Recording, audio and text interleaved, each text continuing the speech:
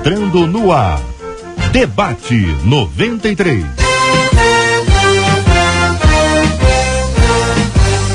Realização 93 FM. Apresentação J.R. Vargas. Alô, meu irmão, alô, minha irmã, aqui fala J.R. Vargas. Estamos de volta, começando aqui mais uma super edição do nosso Debate 93 de hoje, nesta quarta-feira, dia 11 de janeiro de 2017. Fale com o Debate 93. 2461-0093. E-mail debate@radio93.com.br. Facebook Rádio 93 FM. Site www.radio93.com.br. Fale com a 93 pelo WhatsApp 96803-8319. 96803-8319. Hoje você participa com a gente aqui pelo nosso Facebook da 93 FM. A foto com os nossos debatedores já está lá no nosso Face. Você pode postar ali naquela foto as suas opiniões sobre o nosso Debate 93 de hoje. Participa conosco aqui também pelo nosso WhatsApp 96803 para dar sua opinião no Debate 93 de hoje. Você encaminha pra gente sempre mensagem de texto, sua opinião, o que você tá achando, você concorda, você discorda, seu posicionamento sobre esse assunto, suas ideias e experiências, e para você compartilhar aqui o seu testemunho sobre o nosso Debate 93, aí sim você manda no mesmo número do nosso WhatsApp, vou repetir já, mas sempre mensagem de áudio, tá bom? Você manda o áudio aqui com o seu testemunho sobre o nosso Debate 93, o número é 96803-8319, 96803-8319, minha gente.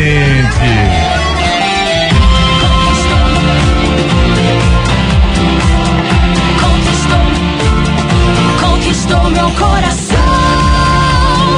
93 FM. Olha que pesquisa interessante, hein? Os avós que cuidam de seus netos podem viver um pouco mais. Daqui a pouco eu vou destrinchar esse estudo que foi realizado aqui, mas ele aponta exatamente isso. A síntese é essa: avós que cuidam dos seus netos vivem mais. Curioso isso, né? Algumas pessoas acham que não, que deixam de viver. Também tem filho que aproveita, não tem não? Larga lá as criancinhas lá por conta do vovô e da vovó e mete o pé ou vaza, na linguagem de hoje. Quero ver a sua opinião sobre esse assunto. Você concorda com essa pesquisa? Você é contrário ou favorável que os avós cuidem dos netos? Você conhece pais que passaram a responsabilidade total pela criação dos filhos aos avós? Por outro lado, conhece avós que parecem não acreditar na capacidade dos filhos e assim acabam fazendo intromissões constantes? Na segunda epístola de Paulo a Timóteo, capítulo 1, versículo 5, Paulo menciona a avó de Timóteo, Lloyd, como alguém que o influenciou espiritualmente ao lado de Eunice, sua mãe. Qual a importância espiritual dos avós na formação cristã dos netos? Quero ouvir sua opinião e sua participação aqui no nosso Debate 93. Onde é que está o Wally, hein? Onde está o Wally? Quem foi criança na década de 90? Aqui temos talvez aqui 4 debatedores que na década de 90 eram... Vou voltar pro tema, né? Brincou bastante com esse personagem que estava sempre escondido em uma imagem para que o leitor o encontrasse. E foi exatamente vestido de Wally que um foragido provocou a polícia antes de se entregar. Isso foi um britânico de 30 anos, estava desaparecido, foragido por conta de infrações de trânsito, e ele começou a postar fotos no Facebook. Você imagina essa cena, ele lá vestidinho de Wally dizendo: cara, estou bem aqui, disse ele na legenda de uma das fotos. Nas buscas, a polícia britânica chegou a usar cães, farejadores, helicópteros. No fim da saga, o engraçadinho dirigiu até a delegacia e se entregou. Existem pessoas que gostam de provocar os outros, mesmo quando estão erradas. Você é ou conhece alguém assim? Quando provocado, como você reage? A Bíblia orienta sobre não levarmos o outro à ira. Fazendo uma autoanálise bem sincera, ouvinte, você costuma irar as pessoas ao seu redor? Quero ouvir sua opinião e participação no nosso debate 93 de hoje. Ouvinte contando, o Provérbios 9:10 diz que o temor do Senhor é o princípio da sabedoria. O que é viver no temor do Senhor? Essa é a pergunta número 1. O que é viver no temor do Senhor? Temer é ter medo? Como se desenvolve esse temor? Ultimamente, o que mais tenho visto é gente que faz o que dá na telha, mesmo que seja contrário à Bíblia. É como se estivéssemos na era da consciência cauterizada. O que fazer para não ser um crente sem temor e de coração fechado para Deus? Quero ver a sua opinião agora. Este é o Debate 93, com J.R. Vargas, na 93 FM. Menina da mesa de hoje, pastora Marisângela Rocha, da Comunidade Evangélica da Zona Norte. Bom dia e muito bem-vinda. Quero repetir o texto: o temor do Senhor é o princípio da sabedoria. Provérbios 9:10, e a pergunta número 1 do ouvinte é: o que é viver no temor do Senhor? Bom dia, JR, bom dia aos debatedores, aos nossos queridos ouvintes. Sempre um grande prazer estarmos juntos aqui falando daquilo que é poderoso para mudar a nossa história, que é a palavra do Senhor. Então, esse é um dos textos que eu mais amo. Quando eu vi o tema, eu fiquei muito feliz, né? Uma coisa que eu falo muito, discuto bastante, prego bastante sobre. E então, quando eu vi o tema, eu fiquei realmente muito feliz com isso, e acho que esse versículo, né, é poderoso, libertador, simples e libertador. O temor do Senhor é o princípio da sabedoria. Se você tem o temor do Senhor na tua vida, né, você vai ter sabedoria, você vai ser sábio. E tem gente que quer a sabedoria, mas não quer ter temor do Senhor. Então as duas coisas, nesse versículo, estão totalmente linkadas, andam juntos e se pressupõem. Então, se você quer ter sabedoria, e a Bíblia diz que quem quer sabedoria peça a Deus, a Bíblia aqui te dá um caminho. Você precisa temer ao Senhor. E o que é temer ao Senhor? Considerar o Senhor em todos os seus caminhos. Considere o Senhor em todos os seus caminhos e Ele endireitará as tuas veredas. Tudo que eu fizer agrada ao meu Deus? Está de acordo com a palavra? Isso é um bom entendimento sobre o que é temor do Senhor, e tenho certeza que os colegas aqui vão estar acrescentando. Pastor Rômulo Rodrigues, da Igreja Missionária Evangélica Maranata de Duque de Caxias. Pastor, muito bom dia, seja bem-vindo. O que pensa o senhor sobre esse assunto, pastor Rômulo? Temer é ter medo? É uma pergunta que também faz a nossa ouvinte. Bom dia, meus irmãos. Bom dia, JR, os irmãos da mesa, você que está nos ouvindo. Eu acho que essa é uma das, vamos dizer, confusões mais comuns que as pessoas têm em relação a essa expressão, né? Normalmente se confunde temor com medo, com pavor, com horror. Alguém que pode fazer o mal, que castiga, alguém que está pronto para castigar você, etc. Mas não é dessa maneira que nós temos a perspectiva em relação a Deus. O nosso temor aqui é respeito, é reverência pela apreciação de quem Deus é. Quem teme a Deus é alguém que sabe os seus atributos, conhece o seu caráter, suas qualidades. Então esse temor vem exatamente de respeito, né? De reverência. E é impressionante como algumas pessoas ao longo do processo, mesmo conhecendo e tendo essa consciência, perdem esse temor, ou seja, esse respeito ao longo da vida. Conheço pessoas assim, cuja mente ficou cauterizada, ficou petrificada em relação a Deus, e eu tenho percebido o seguinte: normalmente este é um caminho quase que sem volta. Quando se perde esse temor, quando se perde essa reverência, essa apreciação de quem Deus é, principalmente tendo conhecido a Deus, via de regra, é um caminho quase sem volta.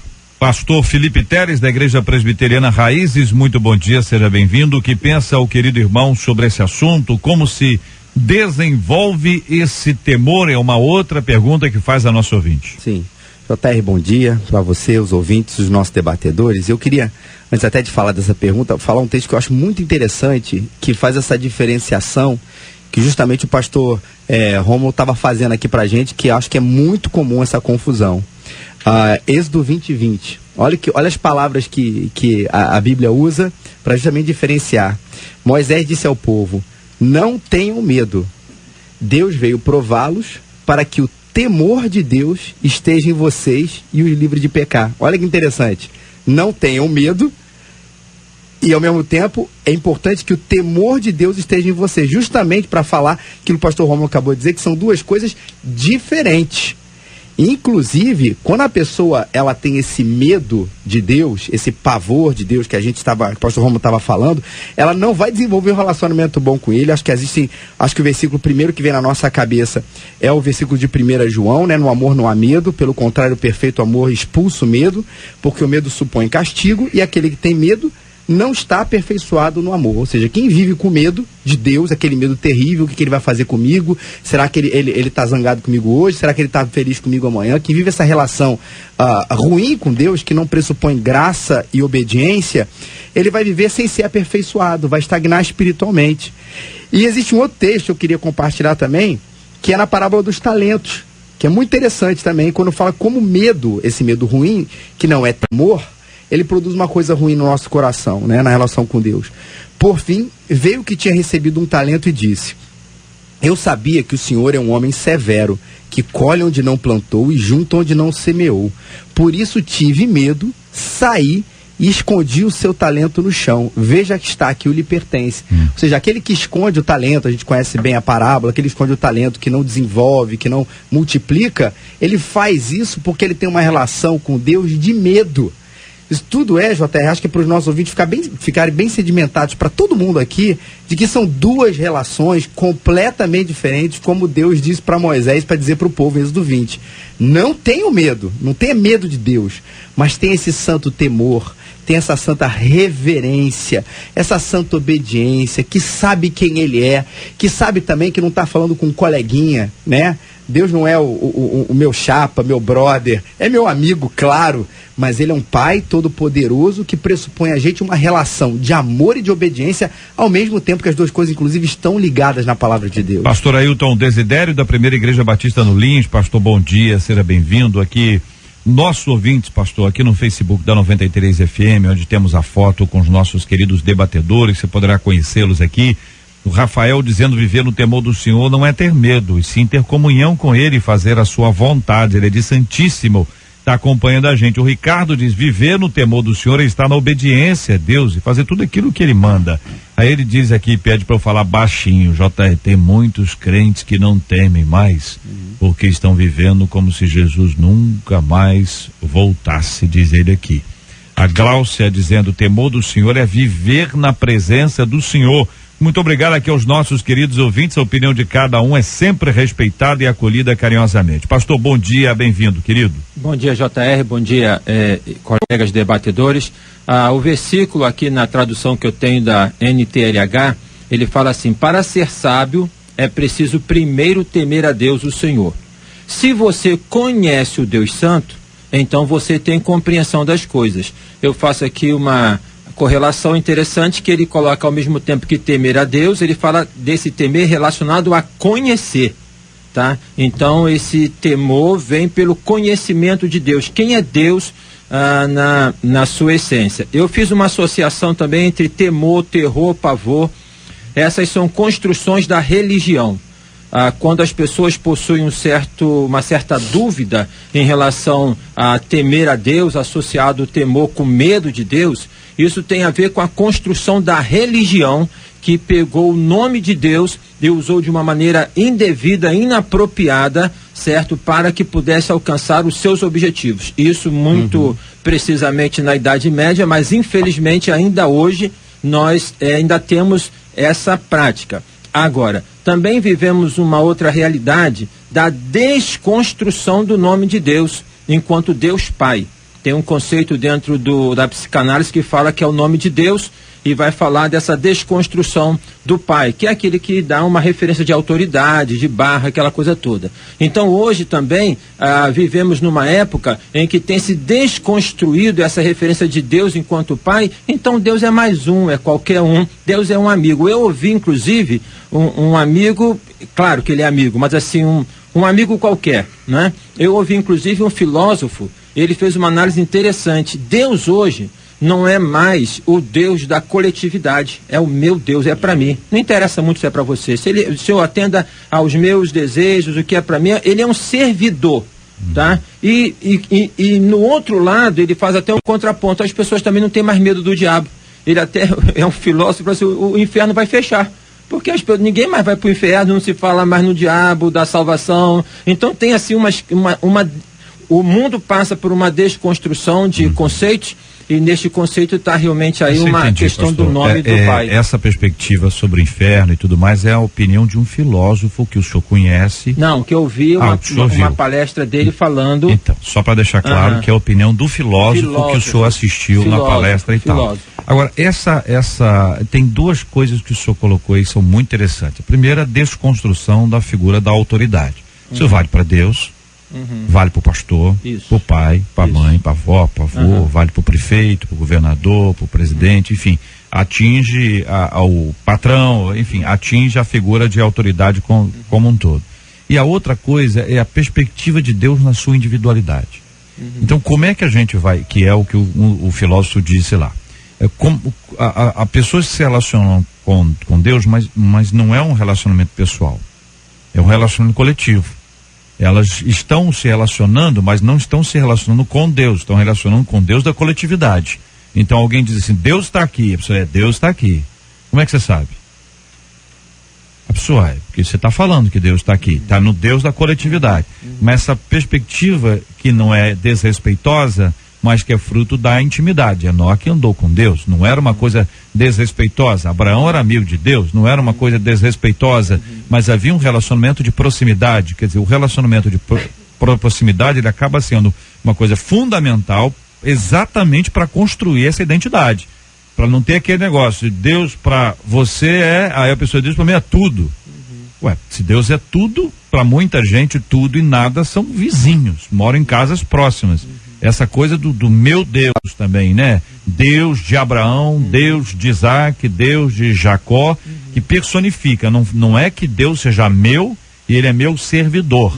Eu me relaciono com ele e com ele eu construo uma caminhada em razão da revelação que ele trouxe à minha vida. É um contraponto para a gente refletir. Se você permite, então, claro, só esclarecer, a questão é que Deus tem uma história para mim, para você, para o mundo, para todos aqueles que o aceitam em Jesus Cristo.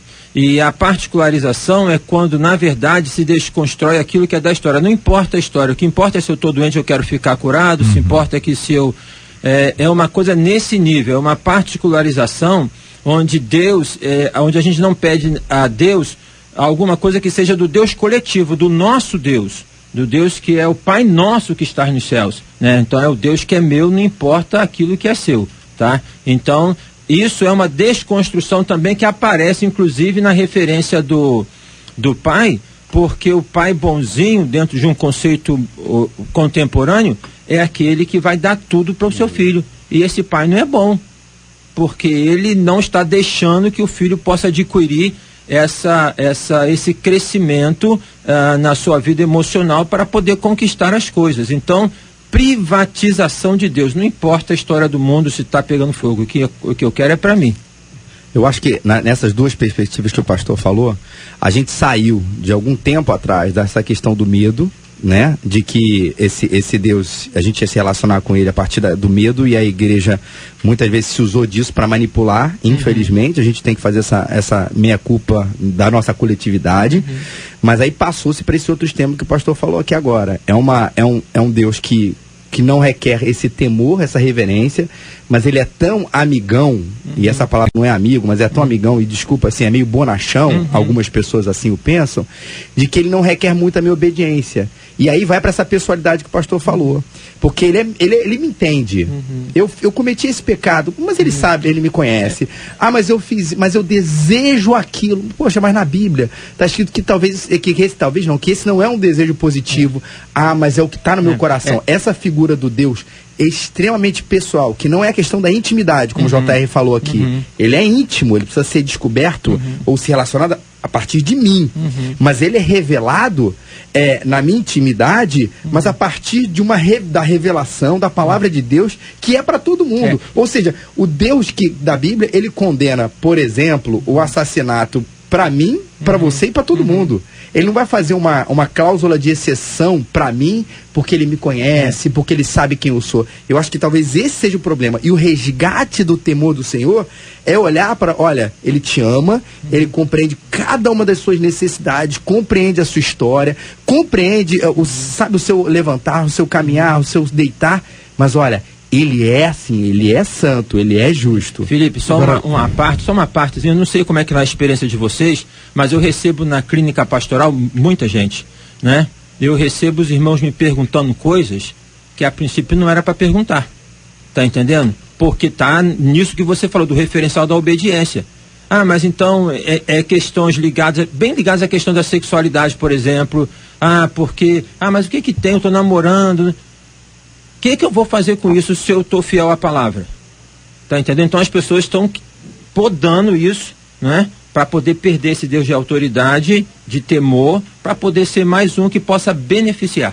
Participação dos nossos ouvintes aqui também pelo nosso WhatsApp, 96803-8319, 96803-8319, para você dar a sua opinião sobre o nosso tema de hoje, sempre em mensagem de texto, e os testemunhos sobre o debate 93 em áudio e sempre durante o programa, né? Ouvinte dizendo: viver no temor do Senhor é obedecer a palavra e seus desígnios, sabendo que o amor de Deus é tão grande por nós que ele nunca faria nada para o nosso mal. Ele nos protege, ele nos guarda, onde o temor vem de saber que Deus é grandiosíssimo e que ele cuidará e guerreará por todo aquele que estiver debaixo de suas asas. Compartilha aqui uma de nossas queridas ouvintes. Pastor Rômulo, quando a gente fala de consciência cauterizada, existe essa ideia, né, de que muitas pessoas já não se importam mais, né, se agrada a Deus ou se não agrada a Deus. É isso que chamam de consciência cauterizada, quando o pecado não incomoda mais aquele que peca? Como é que o senhor define isso? Em primeiro lugar, eu acho que o estado de uma consciência cauterizada ele é um processo. Eu não percebo isso como uma coisa que acontece de uma hora para outra. Eu acho que são processos em que você vai negligenciando, você vai ignorando, você vai ultrapassando etapas e ao longo desse processo a sua consciência já não mais te acusa das coisas erradas que você está cometendo, e até que chega um ponto em que nada incomoda mais. Eu costumo dizer, eu ouvi isso, eu nunca mais esqueci, que o pior estágio em que uma pessoa pode atingir é quando ela concilia de forma harmoniosa o santo e o sagrado, né? O santo e o profano, perdão. Que é quando ela se sente bem ouvindo a palavra, os cânticos, eventualmente chora, eventualmente até dá dízimo, contribui, etc. Aquilo faz um bem enorme para ela naquele momento, mas ao mesmo tempo, quando sai dali, ela também se sente muito bem, cometendo as coisas mais absurdas que ela sabe que ofende a santidade de Deus. Então eu diria que esse já é um estágio da mente cauterizada. É um processo. E de um modo geral as pessoas nunca se dão conta que entraram nesse processo, né?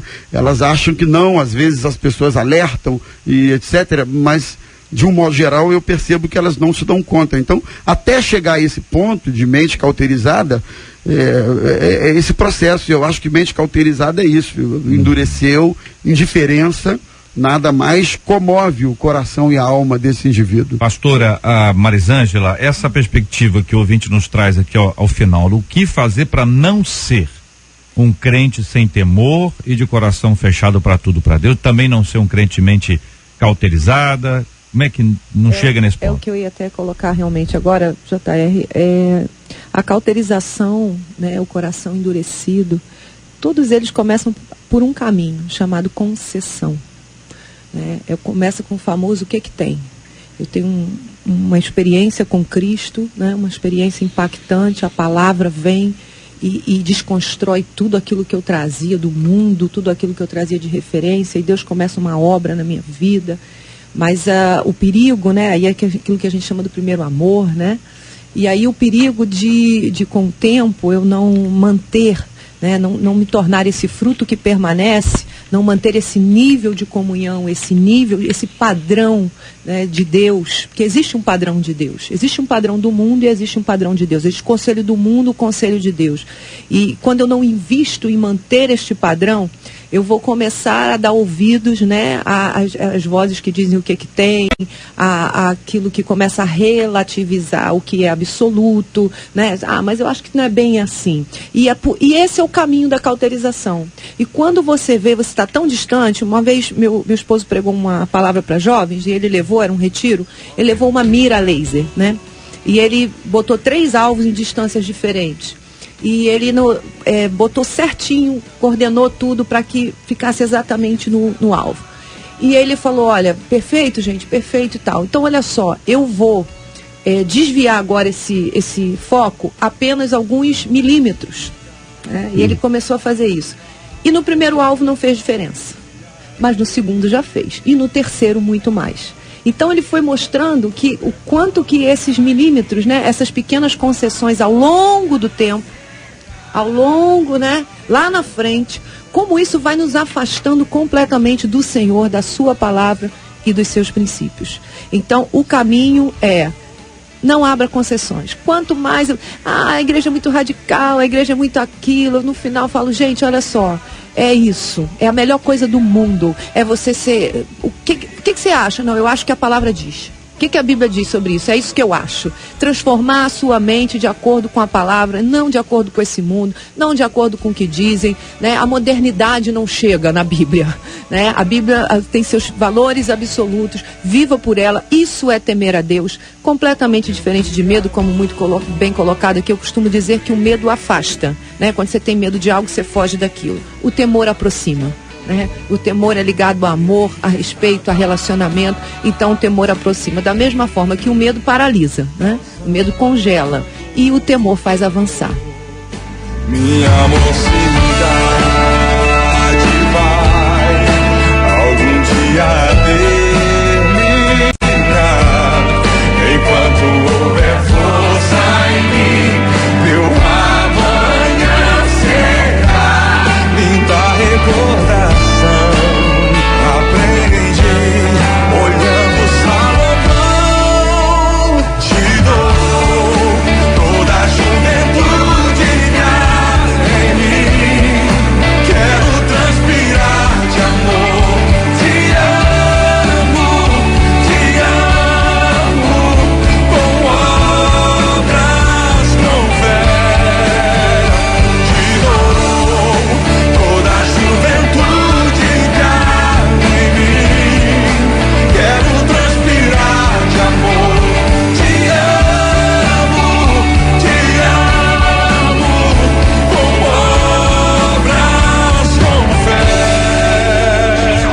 Alô, meu irmão, aqui quem fala é Elizabeth.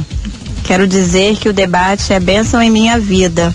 Gostaria também de pedir um feliz aniversário para você, JR, porque hoje eu estou completando 4.0 de pura bênção. Amém? Elizabeth, parabéns, minha querida. Deus te abençoe.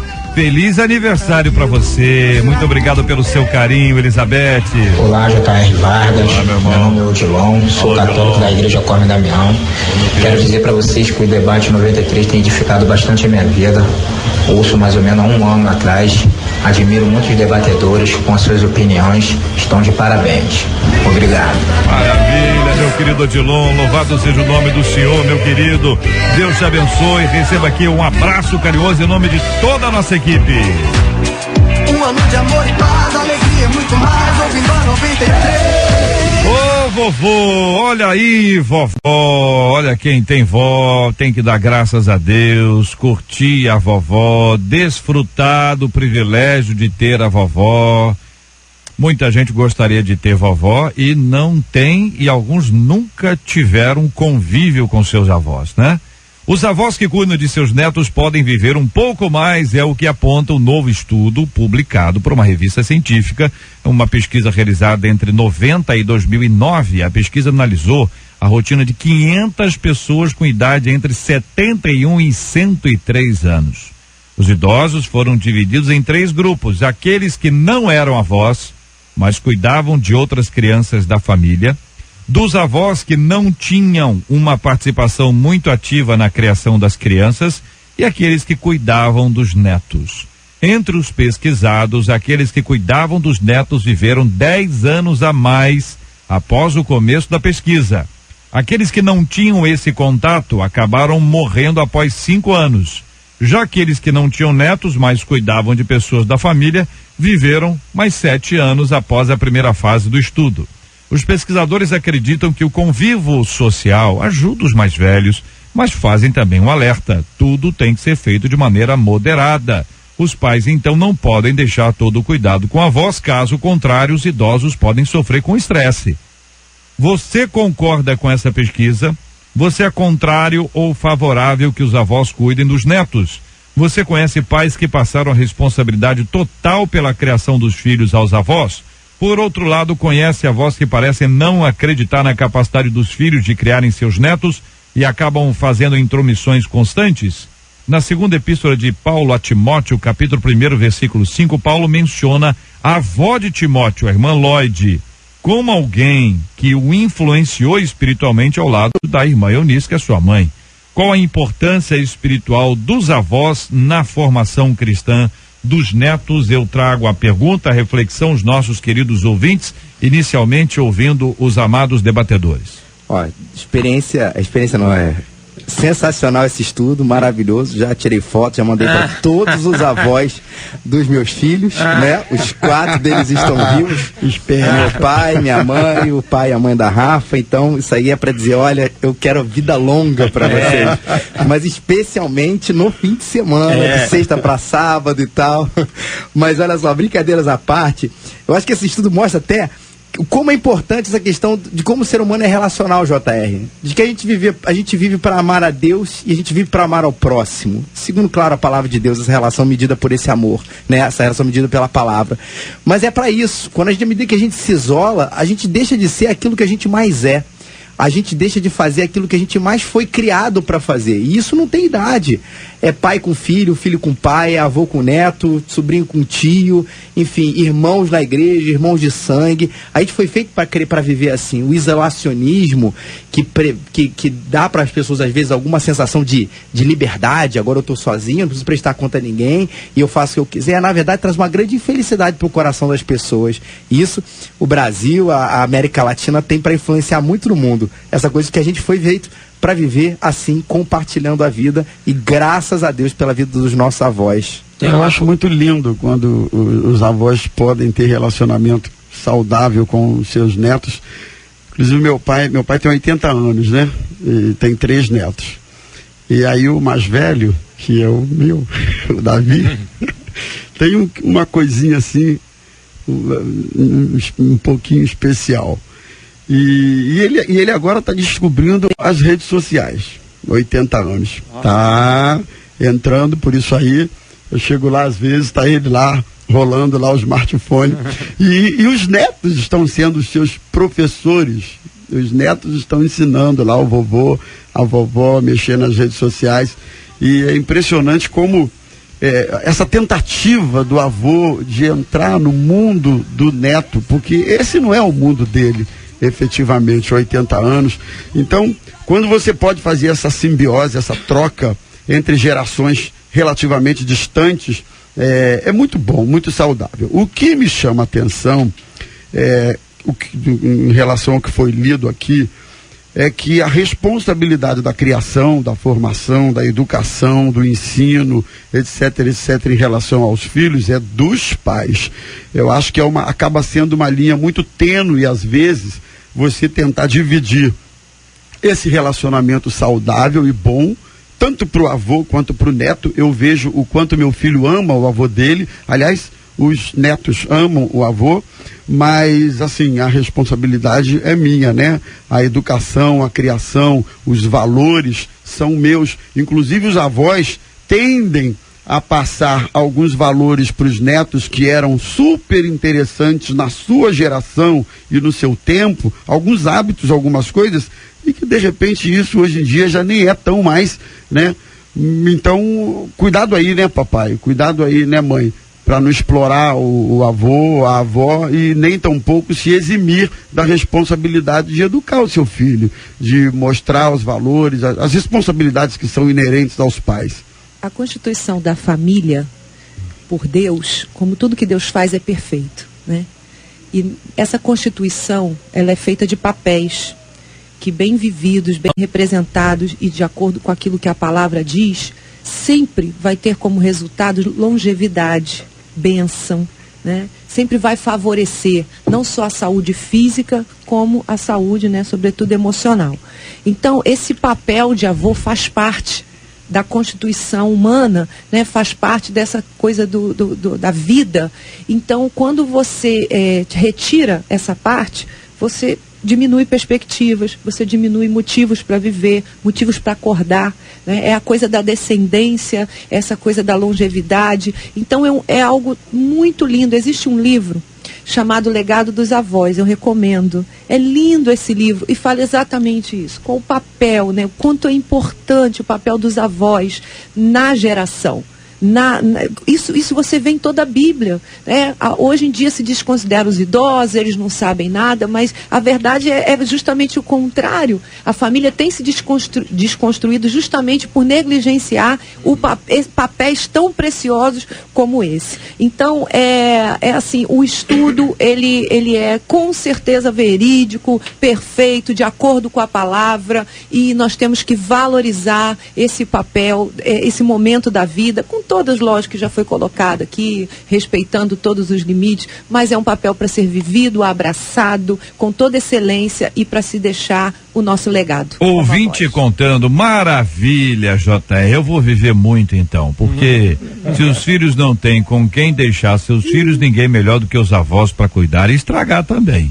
Eu tenho 5, só um eu não ajudei a cuidar porque mora longe, mas quando vem me visitar, fazemos uma festa, uma bagunça muito grande, diz aqui a nossa ouvinte Ledina, acompanhando a gente. Eu agradeço o carinho da sua audiência, compartilhando conosco a sua opinião.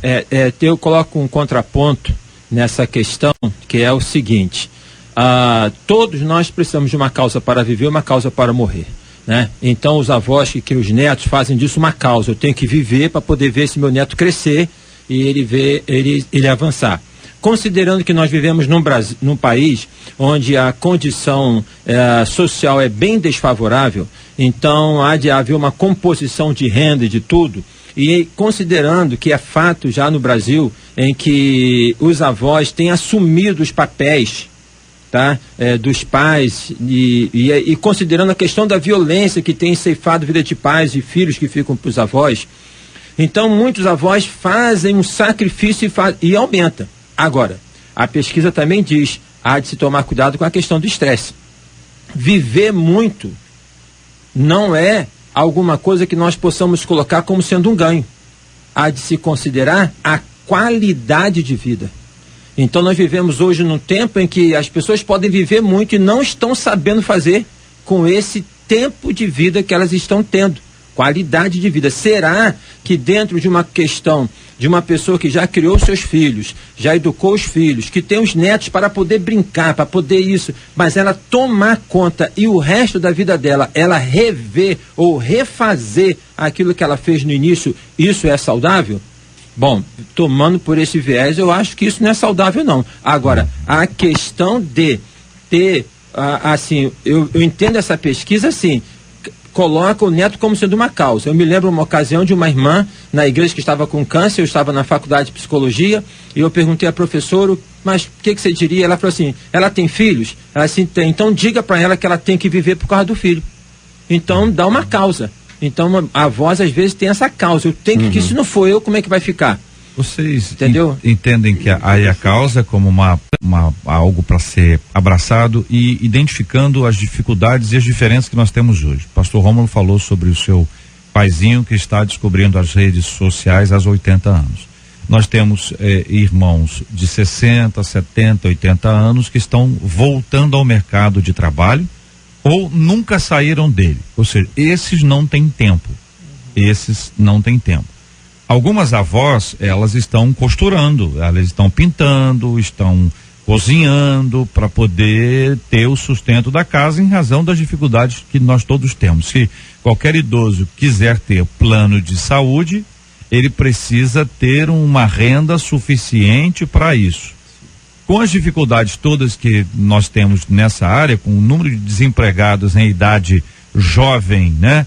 E a falta de oportunidades que aí a gente percebe, como é que faz isso, né? Quer dizer, a tendência é não termos mais muitos avós disponíveis, é a tendência que nós temos uma diminuição do número de avós disponíveis para poder cuidar e ajudar a cuidar, porque veja bem, não é criar, o texto fala claramente, cuidar é uma coisa, criar é outra coisa, mas existem avós que eles não só cuidam, né? Eles criam, né? A gente falou aqui o texto bíblico sobre Lloyd, quer dizer, a influência é tão grande que Paulo menciona, são nomes que ele dá, avó Lloyd e mãe Eunice, quando faz a referência aqui na carta dele a Timóteo, aliás, a segunda carta, capítulo 1, versículo 5. Lidando com esta perspectiva de dificuldade de tempo, a diminuição de tempo, de necessidade de ter emprego, de aumentar a renda ou de ter pelo menos uma renda, como equilibrar isso tudo, minha gente? Qual a importância espiritual, agora entrando no lado espiritual, a importância espiritual dos avós e sua influência na vida dos seus netos? JR, falando sobre esse assunto da influência espiritual, porque realmente o cenário é cada vez mais complexo, porque cada vez mais a gente percebe que as pessoas vão se aposentar mais tarde, isso quer dizer mais tempo no mercado de trabalho, menos tempo livre, menos tempo para cuidar dos netos, apesar em contraponto, a longevidade das pessoas serem maior, as pessoas estão vivendo mais. Mas isso é uma complexidade muito grande que está aí na nossa porta, não é para amanhã, é para o dia de hoje. Mas sobre essa questão do legado espiritual, eu percebo que não só em toda a Bíblia, mas às vezes até em sociedades mais orientais, a pessoa mais idosa, que a gente às vezes pejorativamente chama o velho, não que isso seja pejorativo, mas às vezes a questão ele é visto como uma pessoa sábia, como a gente colocou aqui. E eu acho que todo o legado da sabedoria, o legado da pessoa idosa, é a sabedoria de quem já viveu. E por mais que seja óbvio dizer isso, eu acho que tem 2 pontos aí importantes. Um, é a geração mais nova não saber aprender com isso e falar assim, tá lá o velho que não sabe o que eu estou vivendo. E o outro lado também, JR, é a geração mais idosa se esquivar dessa responsabilidade. Porque, de alguma maneira, já fala assim, já vivi muito, já me estressei o suficiente e agora eu quero aproveitar a minha vida. Agora é com você. E não é aquele com você de quem deixa que o outro tenha responsabilidade. É se isentar desse papel de ancião. E isso é importante na família e isso é importante dentro da igreja. Dentro da igreja, normalmente, as gerações elas se chocam, às vezes muito na questão da música. É uma coisa que acontece muito. Os corinhos antigamente eram bons e hoje as músicas assim são ruins. A liturgia é assim, a liturgia é assada, a linguagem é isso. Tem muita questão do choque. E eu acho que as gerações mais velhas precisam não entrar tanto em choque, né? Sem abrir mão dos princípios, obviamente, mas entender-se o seu lugar de sábio para mentorear essa geração e não viver num eterno combate, que infelizmente é o que a gente vê em várias igrejas. Entende, ele é uma pessoa mais velha. Mas a gente não fala assim, poxa, pessoa mais velha, tem a sabedoria para entender aquele momento e ajudar ele a guiar nesse processo de amadurecimento que você já chegou. E não cada um afirmar a sua verdade, mas entender em que momento o outro está. E eu acho que aí, essas gerações mais idosas, com cabelo mais branco, com mais tempo de igreja, com mais tempo na casa, precisam esse lugar de mentor. Usando a linguagem do Star Wars, é o mestre Yoda para os novos padawans aí que estão surgindo. Muito bom. 11h46 aqui no Rio de Janeiro, minha gente. 11h46. Alô, vovô, alô, vovó. Ouviu aí, né, vovô e vovó? Netinho, netinha, pelo amor de Deus, hein? Dá uma ligadinha pro vovô, dá uma ligadinha pra vovó, manda aquele abraço, dá um beijinho. Aproveita, viu? Aproveita o privilégio que você tem. Perde a oportunidade não, minha gente. Vamos lá, cadê a Neide? Alô, Neide. Aqui é a Neide Acevedo, de Teresópolis. Gosto muito do debate, gosto muito dos assuntos que são debatidos e tem me ajudado muito espiritualmente. Que Deus continue abençoando vocês. Amém.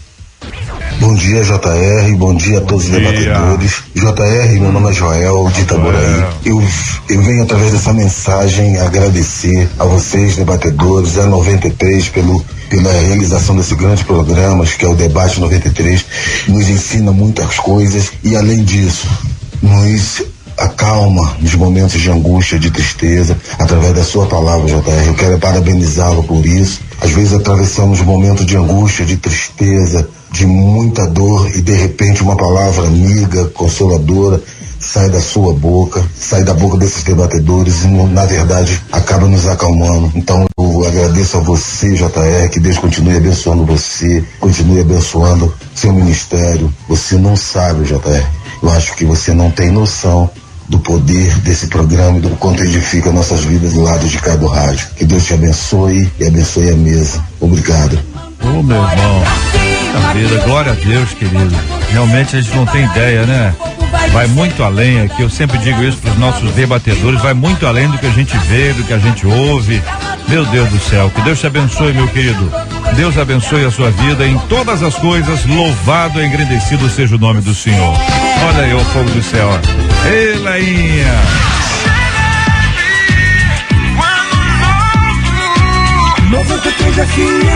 Onde está o Oli, minha gente? Quem foi criança na década de 90, aqui como o pastor Ailton Desidério, brincou bastante com esse personagem que estava sempre escondido em uma imagem para que o leitor encontrasse. E foi vestido de Oli que um foragido provocou a polícia antes de se entregar.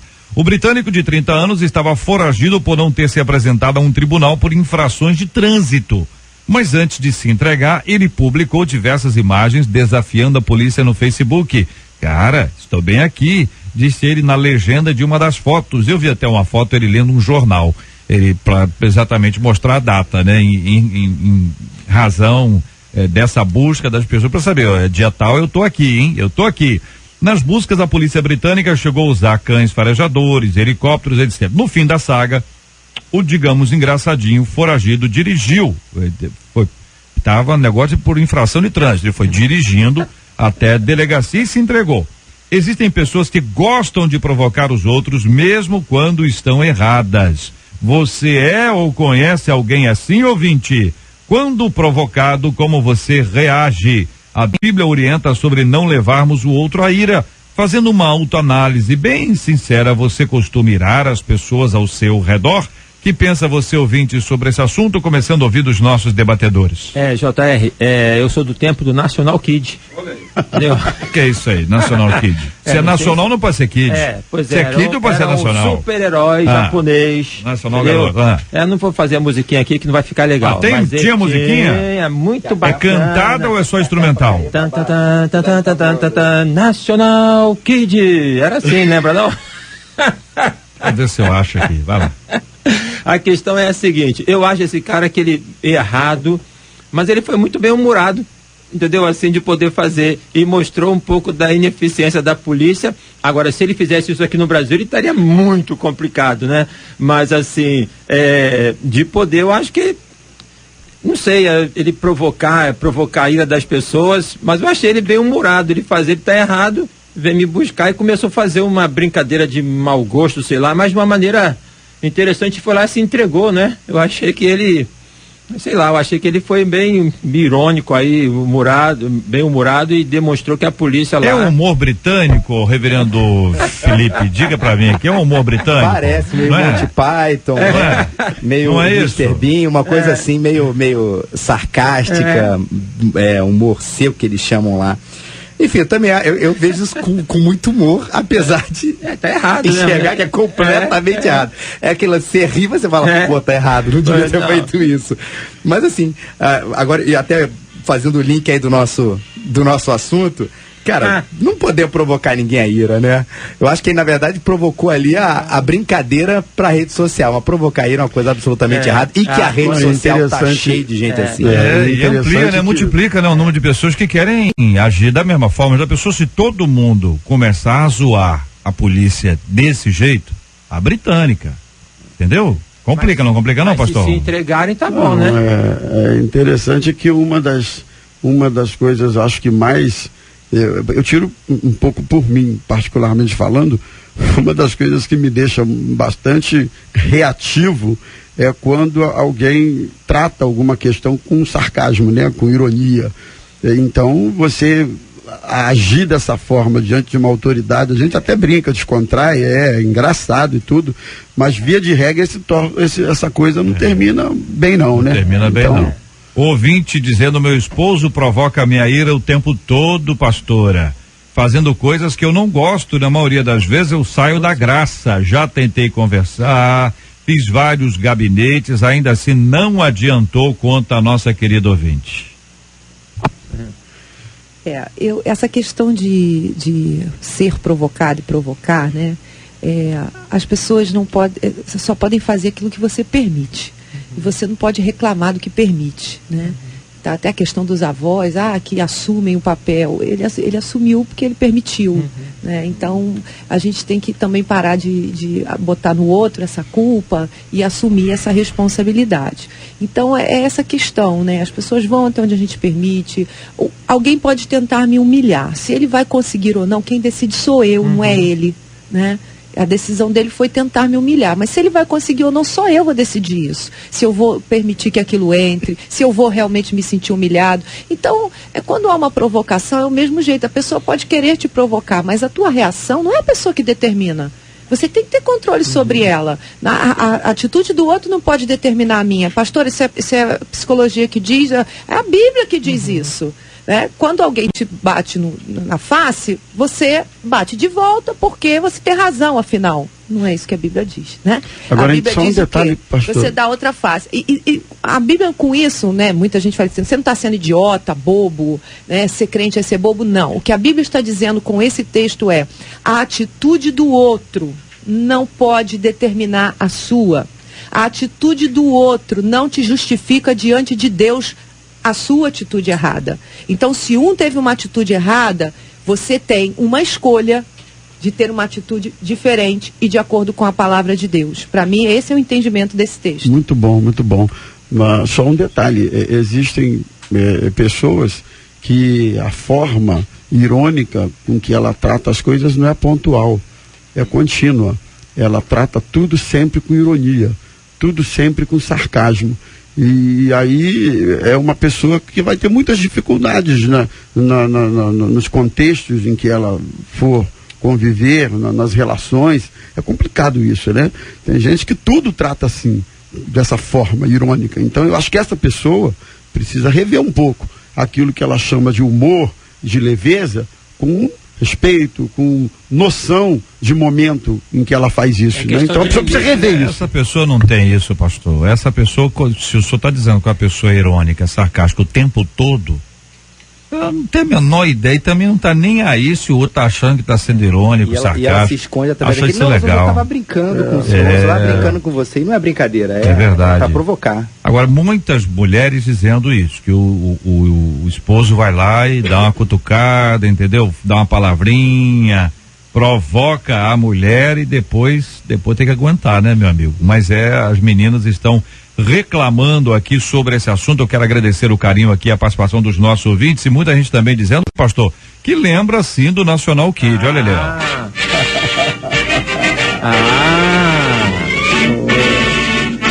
Via na minha televisão, preto e branco. Não chora não, pastor, por favor. Não, tranquilo.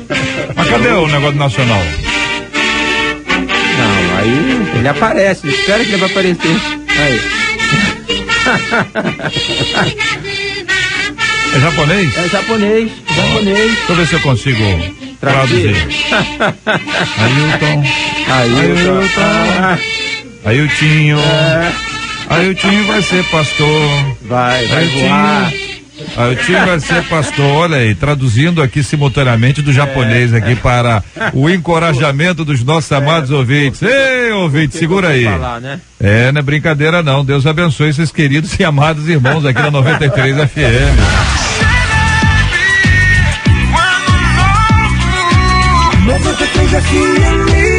A paz do Senhor, J.R. Vargas. Aqui quem fala é Maria da Glória, moro em Campo Grande, bairro do Correia. Gostaria de falar que eu fico muito feliz com o debate, que me ajuda muito espiritualmente. Gosto muito de ouvir os debatedores. gosto principalmente as debatedoras, né? E eu fico muito honrada de poder ter essa rádio para me alimentar. Fico muito feliz mesmo. E muitas vezes vocês já me ajudaram em muitas coisas, em muitos momentos difíceis. Só Deus sabe o quanto. Gosto muito de vocês, continua sendo essa bênção de Deus, em nome de Jesus. Amém, irmã Maria da Glória. Deus abençoe a querida irmã. E esse telefone que não parou, hein, Maria da Glória? Não parou por aí. Deus abençoe, minha querida irmã. Muito obrigado pelo carinho. Bom dia a todos da Rádio 93 FM, do debate. Opa. Eu queria falar que o debate é muito importante para minha vida, sempre Glória aprendo muito. E um dos debates assim que eu aprendi bastante foi no dia que falou sobre a ideologia de gênero. Eu tive que ouvir novamente depois porque eu aprendi bastante. Que Deus abençoe vocês e que continuem sendo instrumentos de Deus para as nossas vidas. Bênção pura, é a nossa ouvinte Rayane, ela tá lá em Goiás acompanhando a gente. Alô, Goiás, terra boa, hein? Deus abençoe os queridos e amados irmãos, essa família 93 que cresce a cada dia. Deus abençoe a você, meu querido irmão, querida irmã.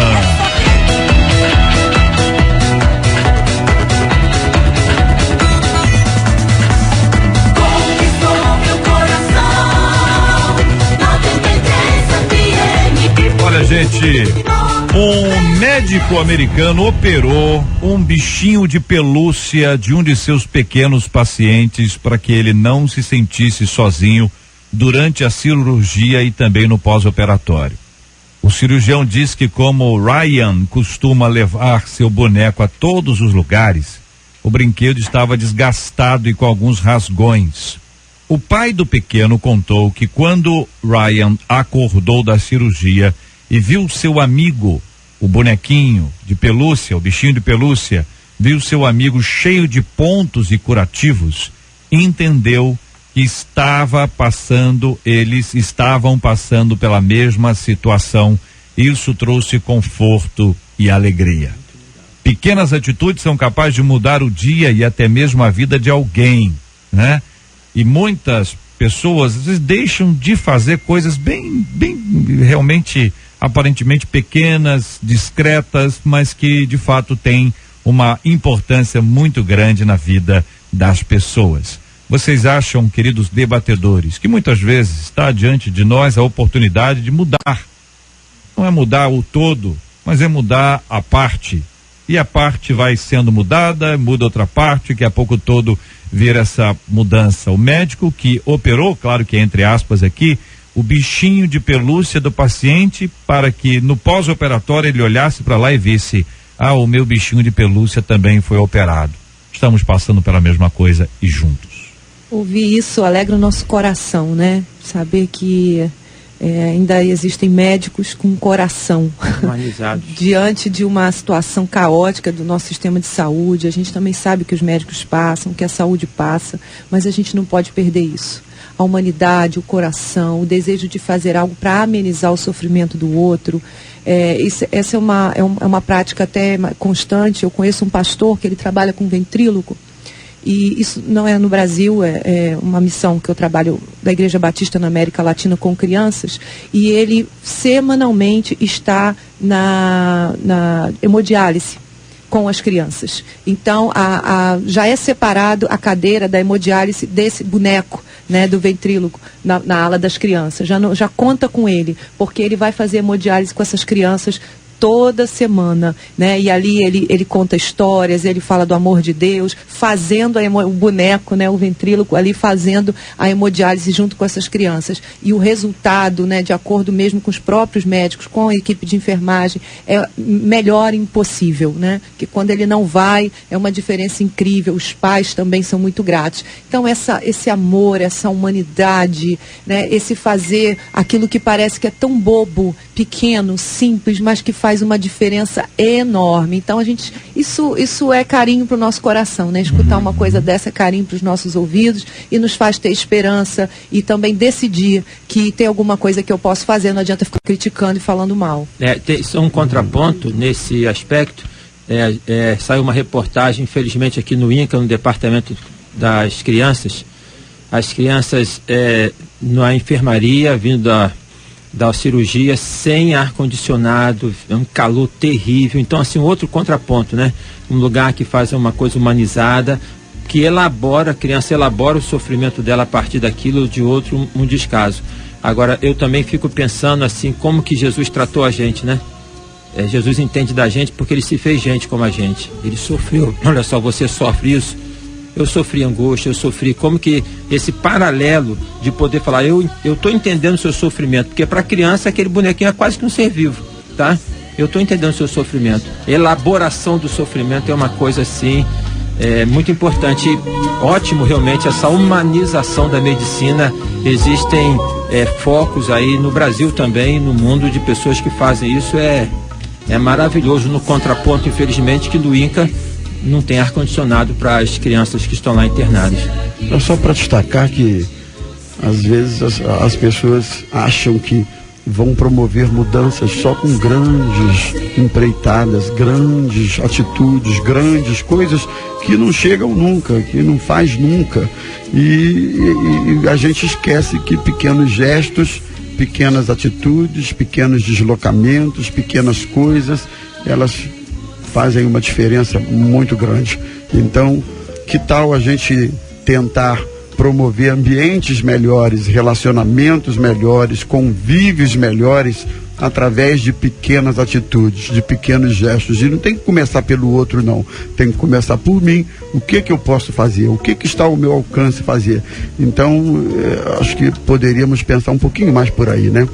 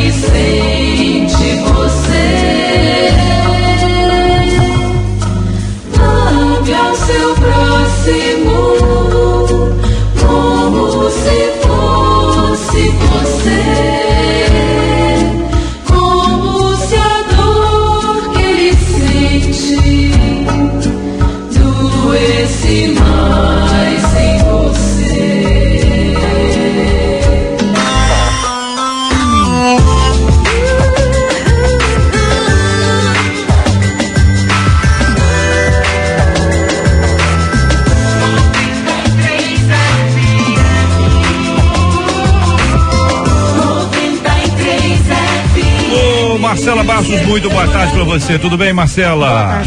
Tô ouvindo aqui agora a nossa Leinha, agora nos ouvindo essa música linda aí na voz do Quarteto Vida, né? Que, meu Deus do céu, que música, que letra e que interpretação extraordinária do Quarteto, grande Quarteto Vida, dá saudade de ouvir, hein? Tô ouvindo aqui a nossa Leinha, lembrando das amigas de sábado passado e lembrando agora das amigas de domingo, de sábado agora. Sábado agora às 3h, com a Marcinha Cartier e comigo, nós estaremos recebendo a pastora Flor de Lis e a Lilian Azevedo. Lilian Azevedo, a minha fono, nota 10, hein? Fono, nota 10,5.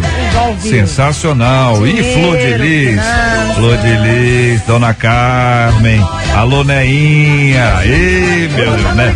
Neinha diz que faz, como é que chama aquele negócio? Rabanada, diz que faz rabanada, menina. Eu ouvi dizer. Eu ouvi dizer, Neinha. Um beijo, Neinha. Então, sábado agora, 3h, você, Marcela Bastos com Márcia Cartier, recebendo as amigas com as amigas, a pastora Flor de Lis e a querida Lilian Azevedo. Bênção puríssima. Bora pra cima, que o ano não vai suportar. A glória encheu todo este lugar. Prepara o altar que o fogo vai descer do céu. Muito obrigado aqui aos nossos queridos debatedores de hoje, pastor Ailton Desidério, pastora Marisângela Rocha, a quem eu peço que ore conosco já, o reverendo Felipe Teles, o pastor Rômulo Rodrigues, agradecendo a vocês, queridos. Vamos orar para que o povo de Deus tenha temor do Senhor e esta seja uma tônica presente na vida de todos nós, temor do Senhor como princípio da sabedoria, deixando literalmente cauterizada. Meu Deus do céu, que Deus nos ajude, que Deus nos abençoe. Deus abençoe os avós aí que cuidam e que influenciam espiritualmente os seus netos, vovô. Deus abençoe, vovó, um beijo, vovó. Deus abençoe E netos, pelo amor de Deus, respeitem seus avós. Gente que gosta de provocar outro, segura aí, meu irmão, um pouquinho de ironia de vez em quando é bom, mas o tempo inteiro, o pastor Romo tá dizendo aqui, não dá não, hein? Segura a onda aí, pelo amor de Deus. E esse doce ato desse médico que, entre aspas, operou o bichinho de pelúcia de um paciente para que ele tivesse essa ideia carinhosa e amorosa no pós-operatório de que estamos passando pela mesma luta juntos. É um símbolo de que Deus está sempre com a gente, nos ajudando, nos sustentando, nos guardando. Deus é o nosso refúgio, nossa fortaleza, e cuide disso. Olha, refúgio é para onde você corre. Fortaleza é onde você se esconde, mas curiosamente, quando é Deus o refúgio, você não corre, Ele veio ao seu encontro. Deus é o refúgio que foi ao seu encontro para que você pudesse experimentar esse esconderijo extraordinário que está sob os cuidados de Deus e protegido na fortaleza do Deus Altíssimo. Vamos orar juntos, a pastora vai orar conosco, orando por esses temas, lembrando sempre, nós oramos pela cura dos enfermos e pelo consolo aos corações enlutados. Senhor, nós glorificamos o teu nome nesse início de tarde tão tremendo. Colocamos diante de ti todos os enfermos agora. Senhor, todos aqueles que perderam alguém, Pai, aqueles que estão sofrendo por algum motivo, nós entregamos nas tuas mãos. Oramos para que o temor do Senhor esteja sempre nos conduzindo. Cada família, cada coração, abençoamos os avós, abençoamos cada ouvinte com a tua paz, abençoamos a nossa nação, que o teu amor e que atitudes de amor prevaleçam, porque tu és amor, Senhor. Nós te agradecemos e te glorificamos em nome de Jesus, amém. Que Deus te abençoe. Você acabou de ouvir Debate 93.